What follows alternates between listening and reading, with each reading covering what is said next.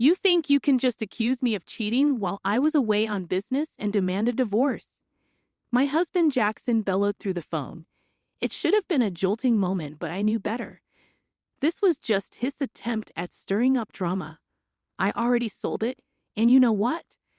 I could practically feel his emotions quivering on the other end. Did he honestly believe I wouldn't see through his little charade? His naivety was almost comical as his accusations continued to ricochet off my resolve. I found myself teetering between anger and amusement. Yet amidst it all, a sense of empowerment began to emerge. This wasn't just a spat. This was a turning point. This was the moment I decided to take control. I chuckled inwardly at his feeble attempt to manipulate me. And then, as if the universe had aligned, a realization dawned on me. It was my turn to play. I'm Olivia, a 28-year-old working long hours. Though I held a steady job at a college store since I graduated from junior college at 20, Jackson's career trajectory has been less than stable. He's 2 years older, but when we first met 3 years ago, he was bouncing between jobs or sometimes doing nothing at all. He proposed to me hastily, but I set a condition. He needed to secure a stable job. I wasn't about to embark on a marriage without considering our future. Oh, okay, but there's a condition, I asserted firmly, watching Jackson's expression shift to one of concern. What is it? He asked cautiously. You need to find a stable job. Otherwise, marriage is out of the question. We need to think about our future. He attempted to brush it off with a casual remark. Oh, don't worry, you're working, so there's no rush, right? But my parents would be concerned if I married without a job. I'll find one before we tie the knot, he promised, sensing the seriousness in my tone. Reluctantly, Jackson embarked on his job search journey. Eventually, he secured an office position at a construction company, and we moved forward with our plans to wed. At the time, I saw Jackson as somewhat careless with money and work, but I believed our partnership could balance each other out. I thought I could guide him towards financial responsibility, and he would complement my strength. Little did I know, our challenges were just beginning. About a year into our marriage, as we were exploring the idea of buying a house, Jackson revealed a troubling obstacle. I might not qualify for a loan, he confessed casually. I was taken aback. What do you mean? I pressed for an explanation. Because I haven't been at my job long enough, I might need a guarantor for the loan. The only option would be my dad, but he's dealing with some serious gambling debts. He probably wouldn't be able to help. Why didn't you tell me this earlier? I was dumbfounded, especially with the contract and the real estate agent right in front of us. But Jackson, appearing unfazed, nonchalantly remarked, If we put the house in your name, it'll be fine, right? You've been at your job forever, so you can secure the loan. We'll both contribute to paying it off. It's just a formality. That's beside the point. Why didn't you bring this up before? This is significant for me too. I'm not even prepared with the paperwork. I retorted, frustration bubbling beneath the surface. Though he offered an apology, his contrition felt superficial, lacking sincerity. Despite my urge to protest further, faced with the already arranged contract and the presence of the agent, I decided against escalating the situation.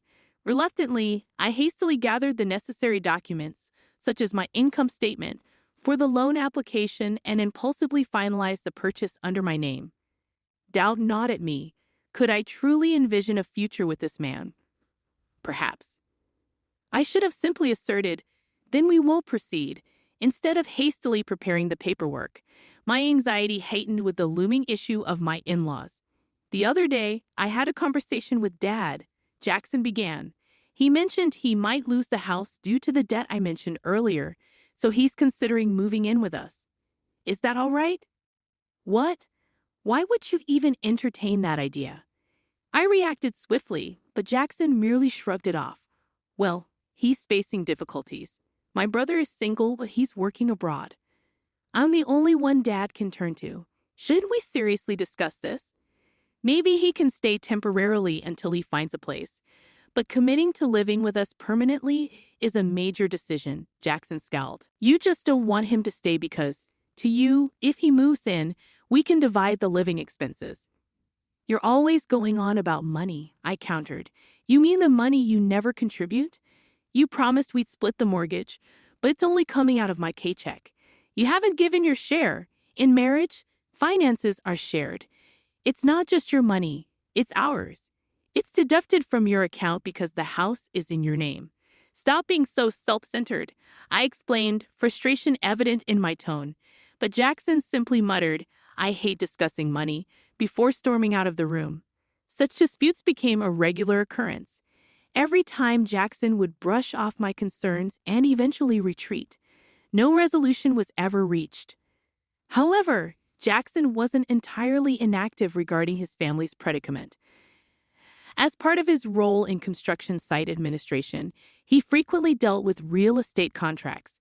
He often consulted a specific agency on how to secure the best price for selling his family's home and the necessary procedures involved. I overheard these discussions repeatedly, finding solace in the fact that I wasn't alone in contemplating this matter. Yet the prospect of my in-laws moving in with us post-sale, as if it were a foregone conclusion, continued to unsettle me. Jackson began attending meetings with real estate agents and my in-laws without involving me, and he started spending more weekends away from home. Eventually, he embarked on a lengthy business trip lasting several months, necessitated by the distance of the construction site he was overseeing. It wasn't apparent to me then, but the seeds of our power struggle had already been sown. A few days after Jackson departed for his trip, I decided to treat myself to tea after a shopping excursion. Hello, the man who greeted me seemed familiar, memories flooding back, recalling him as someone Jackson had once brought home. He worked at a real estate company, a young employee named Samuel. According to Jackson, Samuel had been with the company for less than a year. Ah, yes, I remember you. You visited our house before, right? I said. Yes, I apologize for dropping by unannounced and even joining for a meal. My apologies, Samuel replied. No need to worry. I should have been more welcoming, I said. We ended up sharing tea together. Samuel was affable and appeared more level-headed than Jackson, despite his youth. As we conversed over tea, we found common ground and eventually bid each other farewell. At that moment, I couldn't fathom that this brief encounter would later be twisted into an accusation of infidelity. Yet, that's precisely what happened when Jackson confronted me. You've been cheating on me while I was away, haven't you? We're getting a divorce. Give the house to my parents and leave immediately. Jackson's accusation hit me like a sledgehammer. In that moment, I couldn't help but wonder if the rumors were true. Jackson had evidently been spreading falsehoods, fabricating a narrative of my infidelity to justify his desire for divorce. And the bearer of this false tale was none other than Samuel, the man Jackson unjustly accused me of having an affair with. He showed up at my doorstep the day after our tea. I apologized for the sudden visit yesterday. Jackson asked me to reach out to you, Samuel confessed as he stood at my doorway. Shock and confusion washed over me, but I invited him inside, eager to hear his story. What he revealed left me stunned. Jackson had orchestrated a plan to frame me for infidelity, all in a bid to secure a divorce. Samuel was roped into fabricating evidence to support the scheme. There were two motives driving Jackson's deceitful agenda. Firstly, he coveted our house. Fearing the potential loss of his parents-in-law's property, Jackson saw cohabiting with his parents as the easiest solution. But my resistance to the idea led him to devise a plan to oust me and claim the property. Secondly, Jackson was involved in an affair of his own, spending weekends with his mistress while pretending to discuss matters with my parents-in-law. His infatuation with her led him to view me, his wife, as an impediment. By framing me for infidelity, he hoped to secure both the house and compensation in the divorce settlement. Despite my perception of Jackson's lack of astuteness, his cunning nature in orchestrating such a devious plan was truly despicable. As I muttered my disdain, Samuel offered his apologies. However, I had no intention of aiding Jackson in his malicious scheme. I feigned cooperation, all the while plotting to turn the tables on him. Samuel, leveraging his expertise in real estate, offered various suggestions. Eventually, he proposed a daring move. You should sell the house while Jackson is away on his trip. And so, when Jackson returned, bewildered by the news of the sale, I delivered the final blow. I know everything, Jackson. Samuel recorded everything, including your attempt to frame me for cheating with him. If we proceed with divorce, I can claim alimony and take you to court, I declared, relishing the shock that registered on Jackson's face. Why? Why? He stammered. But I wasn't finished. I had one last card to play. You might not have realized, but Samuel isn't just any new employee. He's the son of the company's CEO. I emphasized, incredulous at Jackson's obliviousness. Didn't you notice? Samuel shares the same last name as the CEO. How did that escape your notice? I pressed, my frustration mounting. Well, Samuel's last name isn't exactly uncommon. Jackson attempted to rationalize. Are you serious right now? I couldn't believe his lack of awareness. Yes, I'm serious, Jackson replied, his shock palpable. The realization dawned on him slowly. Samuel's company was one of Jackson's most crucial clients, and they had played a significant role in handling his family's property matters. If news of this deceit reached the CEO, Jackson would undoubtedly find himself in hot water. In fact, Samuel had likely already reported the situation. Look, fine, I'll check it out. But if you're lying, I'll figure it out, Jackson relented before abruptly ending the call. It didn't take long for him to realize the gravity of his actions. Subsequently, the real estate company owned by Samuel's father refused to engage in any business dealings with Jackson or offer him advice regarding his family property. With my house sold, Jackson had no option but to return to his family home following his business trip. Fortunately, Samuel had assisted me in finding an affordable apartment, so I encountered no difficulties as I initiated the divorce proceedings. Jackson persisted in reaching out to me. I'm sorry, Olivia. Please forgive me, he pleaded. It's too late for apologies now. You tried to manipulate me using someone else. Why should I believe anything you say? I countered. Don't say that. After our divorce, you can be with that other woman, right? That's what you wanted, isn't it? He suggested, attempting to deflect blame. Yeah, she had someone else she liked and dumped me.